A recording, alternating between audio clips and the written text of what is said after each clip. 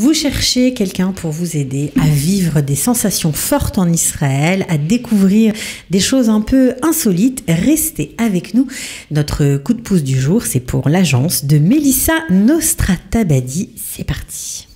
Coup de pouce, découvrez le savoir-faire et les idées des entrepreneurs Olim. Alors déjà Mélissa, bonjour, bienvenue. Bonjour. Vous avez un nom qui appelle au voyage parce que Nostratabadi, ça vient d'où? Ça vient d'Iran apparemment? Oui, c'est un nom perse. On a l'impression qu'on est transporté au pays des Maharajas. Voilà, c'est déjà exotique, c'est déjà bien parti. C'est bien parti. Alors vous êtes en Israël depuis 4 ans, vous venez de Belgique, on l'entend avec votre petit accent. Oui. Et vous avez, lorsque vous êtes arrivé en Israël, décidé de changer un peu de voix. Voilà. Oui, tout à fait. Genre vous avez créé des bijoux pendant longtemps. Oui. Et vous avez lancé une espèce d'une agence donc, pour découvrir Israël. Oui, tout à fait. Alors pourquoi? Pourquoi? Parce que je me suis rendu compte en faisant Aliyah que moi, comme beaucoup d'Olim Hadashim, avions très envie de découvrir le pays et que souvent on ne savait pas vraiment très bien par où commencer, comment organiser. Donc j'ai décidé d'organiser des journées à thème. Et avec vos copains de l'Ulpan, c'est parti comme ça? C'est parti avec, oui, en gros, les copains de l'Ulpan, les Olim Hadashim belges qui me connaissent d'avant, qui sont beaucoup en Israël. Donc, de bouche à oreille, ça a très vite pris. J'ai organisé des journées à thème, c'est-à-dire que j'organisais un minivan avec un chauffeur, un madrir, qui expliquait des choses durant toute la journée, et on partait faire des tiolim insolites que je créais, moi, avec le madrir avant, et on passait des journées vraiment formidables. Ça, c'était au début. Voilà, ça a commencé comme ça. L'agence a commencé comme ça. Et puis, donc vous êtes constitué en société parce que ça a pris un peu d'ampleur, tout ça. On vous a demandé de plus en plus de choses un peu différentes. Voilà. Donc, au début, effectivement, ça a commencé comme ça.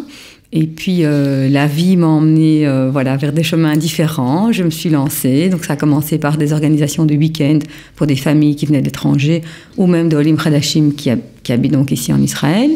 Donc des week-ends dans le désert, avec des activités. Pourquoi? Parce que ça rassure d'avoir quelqu'un qui connaît, plutôt que se lancer, parce qu'après tout, on habite ici, on peut téléphoner à un hôtel, un timeur, on peut essayer de chercher par soi-même, mais on ne sait pas où on va tomber, c'est ça? On est un peu... En fait, c'est ça que je me suis rendu compte, c'est qu'on ne sait pas où on va tomber. Souvent, notre demande, la demande de l'Européen, n'est pas tout le temps comprise des fois par l'Israélien qui essaie de répondre à la demande, mais des fois les standards sont tellement différents qu'il peut y avoir des malentendus. Par exemple, oui, bien sûr, dans mon timeur, il y a la piscine, mais autour de la piscine, il a oublié de vous dire qu'il y avait une étable avec des odeurs de bâche ou un poulailler avec le bruit et les odeurs. C'est exactement ça. C'est ça.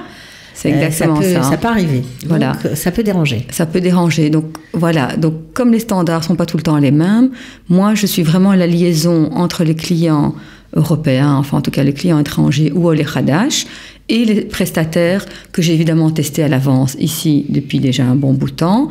Je suis la liaison entre les deux. Et donc, ça passe par moi, j'organise, et du coup, il n'y a plus aucune surprise. Donc, la chambre d'hôtel qu'on a commandée, elle est exactement comme on a commandé, avec la bouteille d'eau, pas sans bouteille d'eau. Enfin voilà, donc je suis vraiment attentive aux détails qui pourraient être importants pour nous et qui ne le sont des fois pas pour les gens qui organisent ici. Parce que c'est vrai qu'ici on n'a pas beaucoup de jours de vacances, donc quand on part 3 à 4 jours, il vaut mieux que ce soit parfait, dans de bonnes conditions. Voilà. C'est plus sympa comme ça. Voilà. Alors, vous ne nous dites pas tout parce que vous êtes lancée, certes, mais comme vous êtes une passionnée, vous avez quand même sillonné le pays pendant longtemps afin de trouver des prestataires de niveau. Comment vous avez procédé? Mais j'ai pris ma voiture. Simplement. J'ai tout simplement pris ma voiture à l'aventure et je passais des journées entières à sillonner le pays. Et région par région? Oui. Que ce soit dans le sud, dans le nord, même le centre, Tel Aviv, toujours à la recherche de choses différentes, insolites, un petit twist.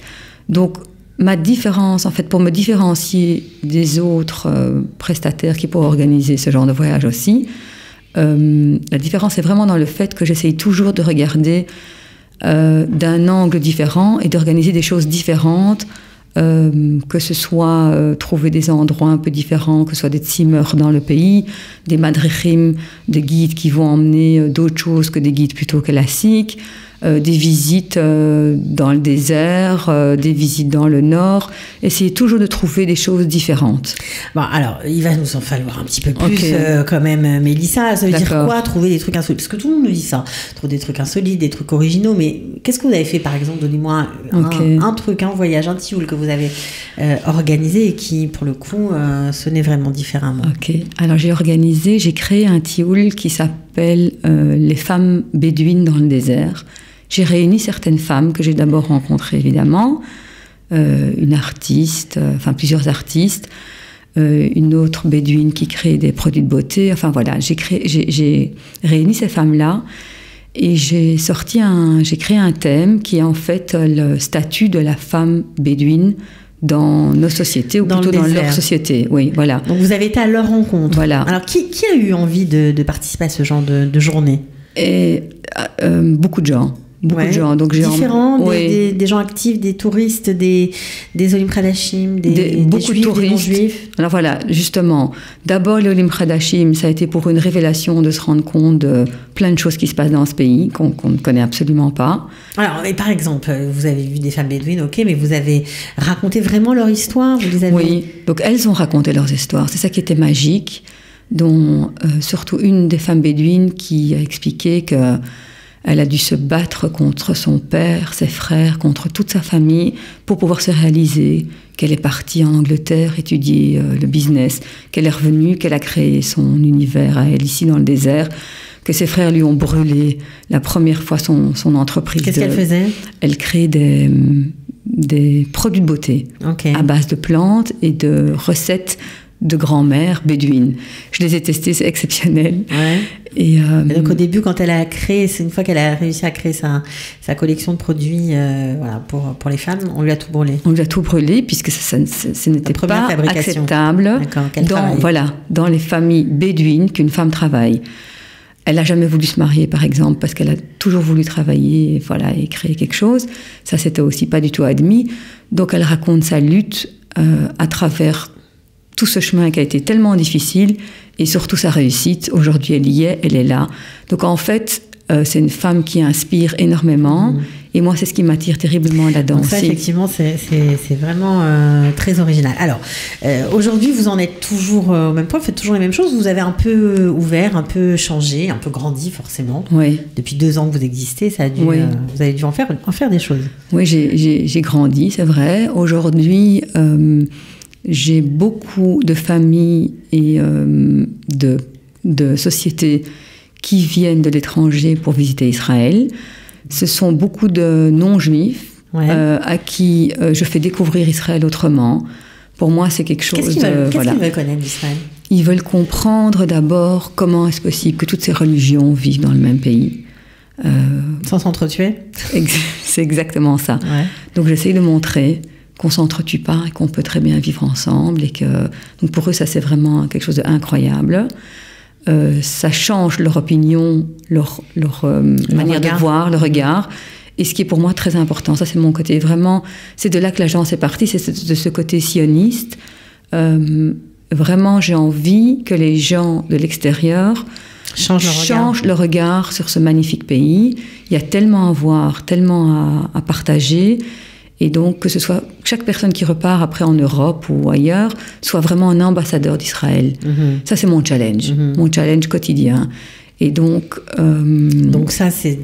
Ouais. Mais qu'est-ce qu'ils veulent voir exactement? Une fois qu'ils... Bon, ok, voir les religions, les différentes ethnies qui cohabitent, etc. Mais il y a des choses un peu plus croustillantes qu'ils aiment bien faire. Oui, ils adorent, par exemple, la gastronomie israélienne. Okay. C'est devenu un truc tellement connu à l'étranger, tous ces chefs israéliens. Ouais. Donc, que ce soit alors des restos, franchement, étoilés, entre guillemets, ou que ce soit des tout petits boui-boui dans des coins que j'ai découverts dans la ville ou dans le désert ou ailleurs, je les emmène, je leur fais un tour. On passe par des vignobles aussi. Le vin, ça c'est quelque chose qui les attire terriblement.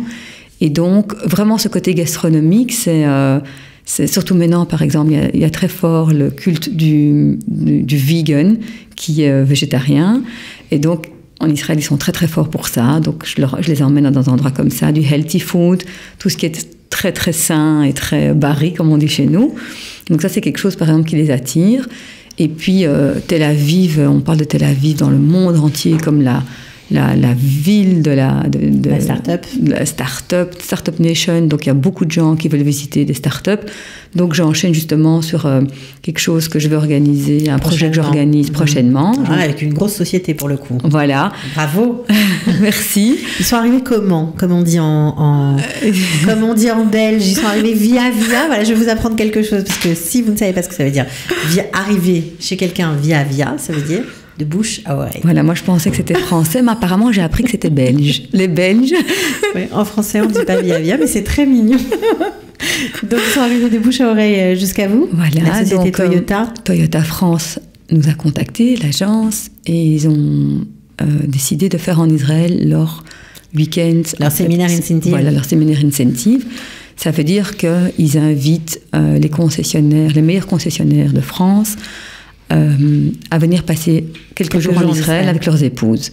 Et de là, il faut leur organiser tout ce qui se passe à partir du moment où ils descendent de l'avion jusqu'à ce qu'ils repartent de l'avion, mais aussi un contenu business qui est la découverte des startups en mobility, puisque c'est Toyota. Et donc, c'est ce qu'on a créé. L'agence a créé une journée exceptionnelle avec des rencontres de start-up. Et pour le reste... Il va pouvoir naître peut-être même des partenariats. Certainement. C'est génial. Certainement. Ça, c'est vraiment extra. Alors, franchement, vous êtes là depuis pas très longtemps, 4 ans, c'est encore assez court. Vous n'avez pas eu peur de vous lancer dans un milieu, dans un secteur d'activité où il y a beaucoup de concurrence quand même? Mais j'aime bien votre question parce que j'avoue que je me suis très très peu posé cette question. Je pense pas à la concurrence, je pense à ce que moi je peux offrir. Je me dis que chacun offre autre chose et d'une autre manière. Moi, je l'offre vraiment d'un endroit très passionné, très motivé. Et voilà, c'est ça qui fait peut-être ma différence, c'est ça qui fait peut-être que les gens vont me choisir moi ou quelqu'un d'autre, mais je n'ai pas peur de la concurrence. Alors, on peut vous appeler pour tout, parce que là, vous nous avez parlé quand même de grosses sociétés, etc. On peut aussi vous appeler, je sais pas moi, si on organise une fête et que on a quelques jours de temps mort pour la famille, les emmener un peu balader, leur faire voir Israël un peu autrement, on peut vous appeler aussi. Voilà, vous avez de la famille qui est là, vous ne savez pas quoi en faire, ils ont... C'est pas beau, il faut les occuper. On va pas leur dire, personne nous écoute, on leur dit pas. Vous avez envie de trouver des idées géniales et vous ne savez pas très bien à quoi, vous me téléphonez. Vous habitez en Israël, vous voulez organiser une journée exceptionnelle parce que c'est votre anniversaire, eh bien l'agence vous organise une journée dans le désert, dans le nord. Je suis obligée de vous poser la question parce que c'est le coup de pouce, donc ça coûte cher vos prestations? Parce qu'en général, ça fait un peu peur. Comme ça. Alors c'est très simple, je m'adapte au client. D'accord. Voilà, c'est la meilleure réponse que je puisse vous donner. Je m'adapte au client, je m'adapte à la demande du client. Et en général, ça s'est toujours très très bien passé. J'essaie toujours de trouver un terrain d'entente entre le client et l'agence. Bon, alors, vous l'aurez compris, Mélissa Nostratabadi est à votre disposition pour vous aider, pour créer des journées à thème, pour créer des voyages, pour découvrir un point très spécifique de l'État d'Israël. Vous avez une page Facebook, j'imagine? Oui, j'ai une page. Ça s'appelle l'agence? L'agence, d'accord. Oui. J'ai une page Instagram aussi qui s'appelle l'agence TaylorMade. Voilà, et là, on voit par exemple un truc que vous avez fait dans le désert, une merveille. Voilà, vraiment, c'est très très beau. Oui. Et donc, on voit, j'imagine, sur Instagram ce genre de photos. Oui, il y a toutes les photos. D'accord. Voilà, on voit des tentes aussi, donc ça peut être beaucoup plus roots aussi. Voilà, c'est ça que j'ai voulu montrer, que vraiment ça peut être roots. Ça, c'était un anniversaire organisé entre copines. Elles ont voulu faire du yoga dans le Nord. On a organisé des tentes et des profs de yoga. C'était fantastique. C'était très sympa. Ça, c'était un groupe de non-juifs qui sont venus visiter Jérusalem, qui étaient vraiment impressionnés. Donc, on a compris qu'on peut faire plein de choses. Oui. Donc, page Instagram, page Facebook. Quoi d'autre? Un site, peut-être? Oui, un site internet. Donc, c'est l'agence tailormade.com. Ok, tailormade.com. Voilà. Qui veut dire bien sûr sur mesure, vous l'aurez compris. Merci beaucoup, Mélissa, on vous souhaite bonne chance. Merci beaucoup à vous. Ok, Batzlacha pour la journée Toyota et puis pour tous les autres projets qui vont suivre derrière. Merci beaucoup. Bientôt. À bientôt. Ciao. Au revoir. Bye. Coup de pouce, découvrez le savoir-faire et les idées des entrepreneurs Olim.